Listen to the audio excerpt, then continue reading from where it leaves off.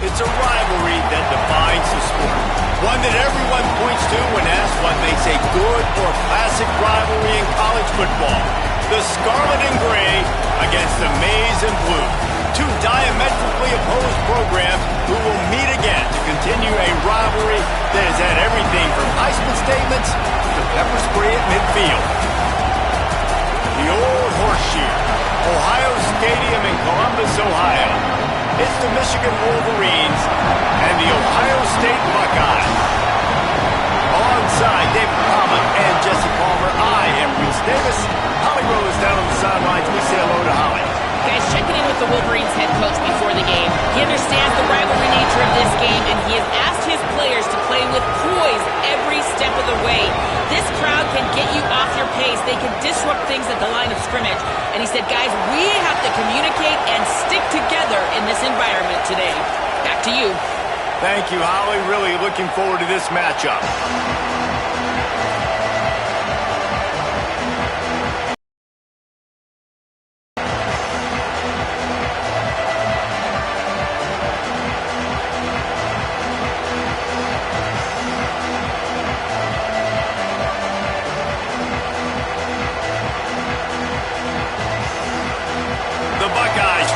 Kick it away first.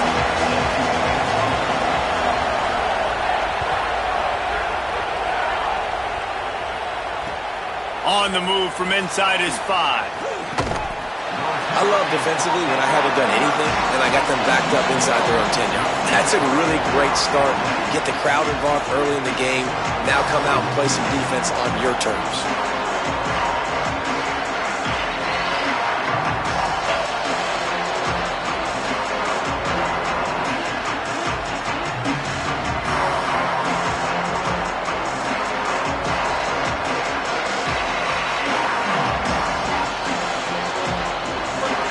Challenge this crowd to bring the energy, and I'd say they're doing that. Running inside. It's Marshall. Across the 10, got it out to the 14. That's a gain of 5. Man, it's easy to call plays when you're getting 5 or 6 yards of pop on the ground. Like, why would I get complicated? Why would I get complex? Like, up front right now, this group just win, fall forward, get that good gain, stay ahead of the sticks, don't have to get in bad situations. This defense better respond, or else I'll do that all the way down the field. They go right back to him. He stopped just short of his own 20-yard line, but it is enough for the first down. You put on that winged helmet, and the one thing you want to do is establish the running game. No matter who the coach is, no matter who the players are, it's a tradition. It's physicality. That's how they've built this brand at Michigan. And I think no matter who's there, it's going to be how they continue to build on that tradition. Snagged out of the air.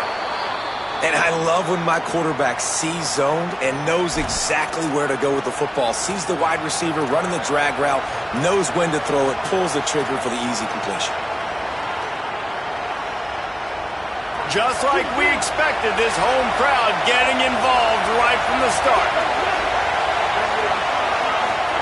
Here's Bryce Underwood to throw.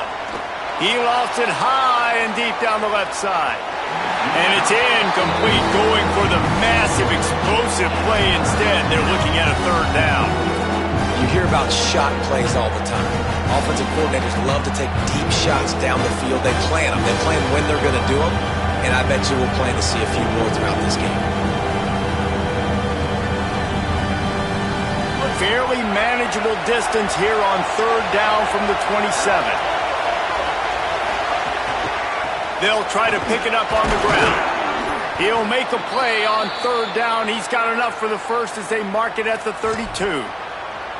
Every offensive coordinator in the country, they come in the game, they have a script. They have a couple plays they want to go through to get their team settled in, get down and get in good third down situations, execute on third down. Nice start on this opening drive by the offense. You can barely hear yourself thinking here as they're trying to get this defense off to a good start. Underwood trying to cut through the noise. A little screen to the running back. Tried to set up the screen, and the defense wasn't having it. These two first squared off in 1897, and this rivalry is almost like a history of the sport itself. So much history, so much tradition. I can go back to 2006 when they were 1-2 in the country. You know, like, these games really matter. The uniforms are clean. The athletes are flowing. There's tons of athletes all over the place. This is always a huge showdown. When you think about some of the great coaches that have graced the sidelines in this rivalry, Bo Schembechler at Michigan and Woody Hayes at Ohio State. And it's amazing, in a conference full of trophy games, maybe the greatest rivalry doesn't even have one. The Wolverines come to the line with a new set of downs.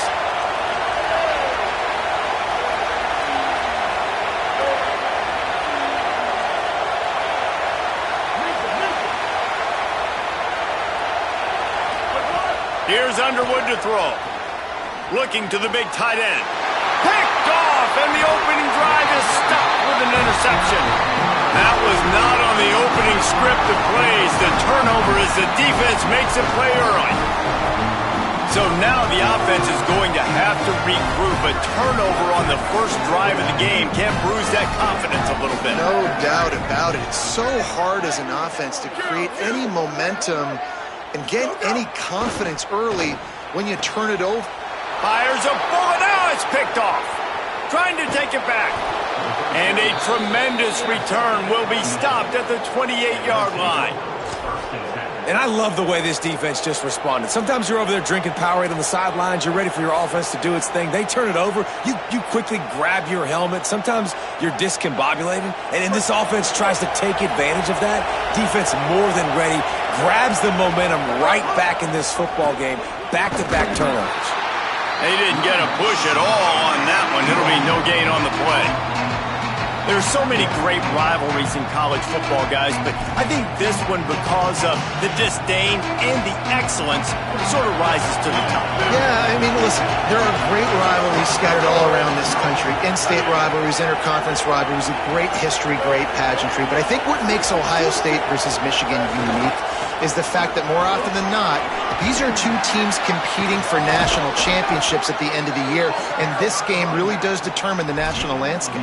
And 19 national championships between the two teams. Late in the year, it always mattered. You go back to 2006, number 1 versus number 2. So always disdain, always hate. Don't even call each other by their names. Like, this rivalry means so much to college football.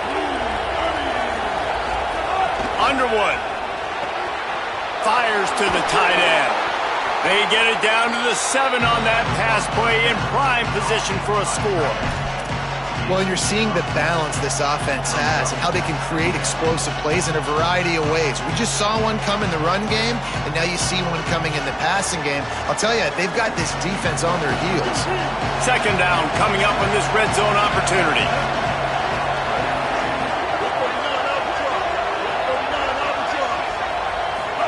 Play action with Underwood. Has it! That completion will take it inside the 4, and the offense is threatening. Well, this tight end, he's got size and he's got some athleticism, and he's very difficult to cover one-on-one. Defense is going to have their hands full with him today. And the Wolverines have it with a 1st and goal. They'll try to get it in with the run. And he takes it in for the score. Touchdown, Michigan! Getting set for the extra point after putting the scoreboard to work for the first time. And the extra point makes it 7-0. A very efficient 5-play scoring drive. And they finish it off with the score from the 4.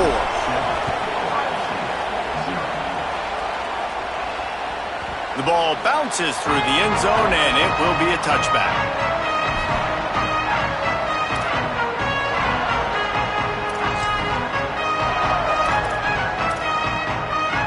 So here comes the Buckeye offense onto the field.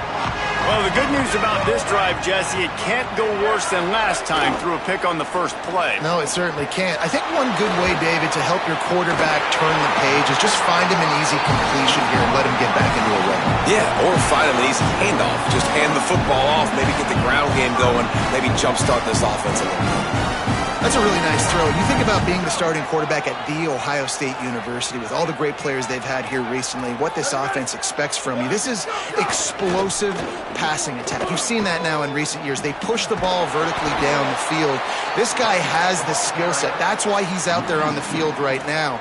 He allows this offense to really go, and he's playing at a high level. Really good job by this defense, understanding responsibility football, playing the first option, playing the second option. There was absolutely nowhere to go. Nice job being dialed in exactly where the ball was going and how to get him to the ground. The flag flies in as this one falls incomplete. We'll see who it's on.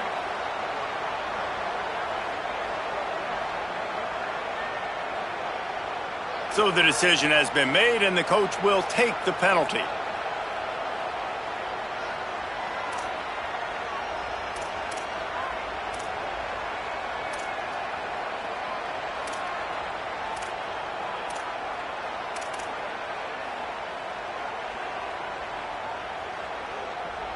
Third down, they need 12.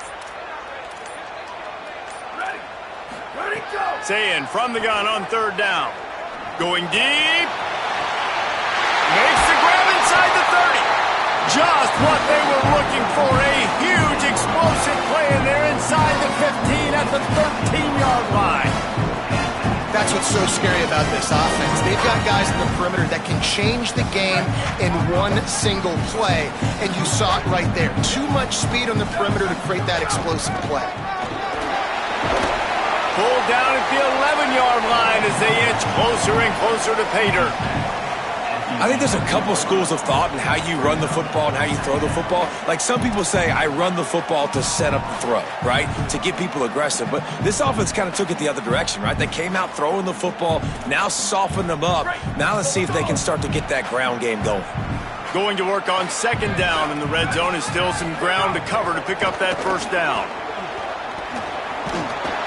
And he's dragged down. You know, as a defense, you kind of want to force the give on the RPO. You want them to run the football, and you could tell maybe the quarterback wishes he pulled this. Small gain, but some information you gathered maybe for the next time you get to run an RPO.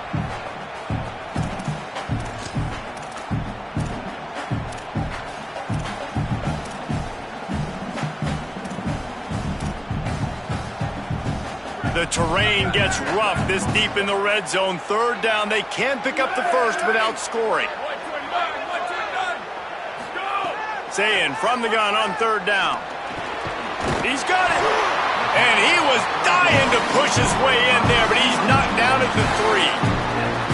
Well, we know this guy is special, and because of that, his quarterback is looking to him on critical down and distances. There on that third down, there was no question. It wouldn't have mattered if he was single covered, double covered, man zone. That's where he was going with it, and the big-time playmaker outside picks up the first. And after the stop, that is going to put a bow on this first quarter. We've reached the end of the period, and Michigan has the lead as we get a look at the numbers so far. Now to see if these guys can get back in the game as we open the second quarter.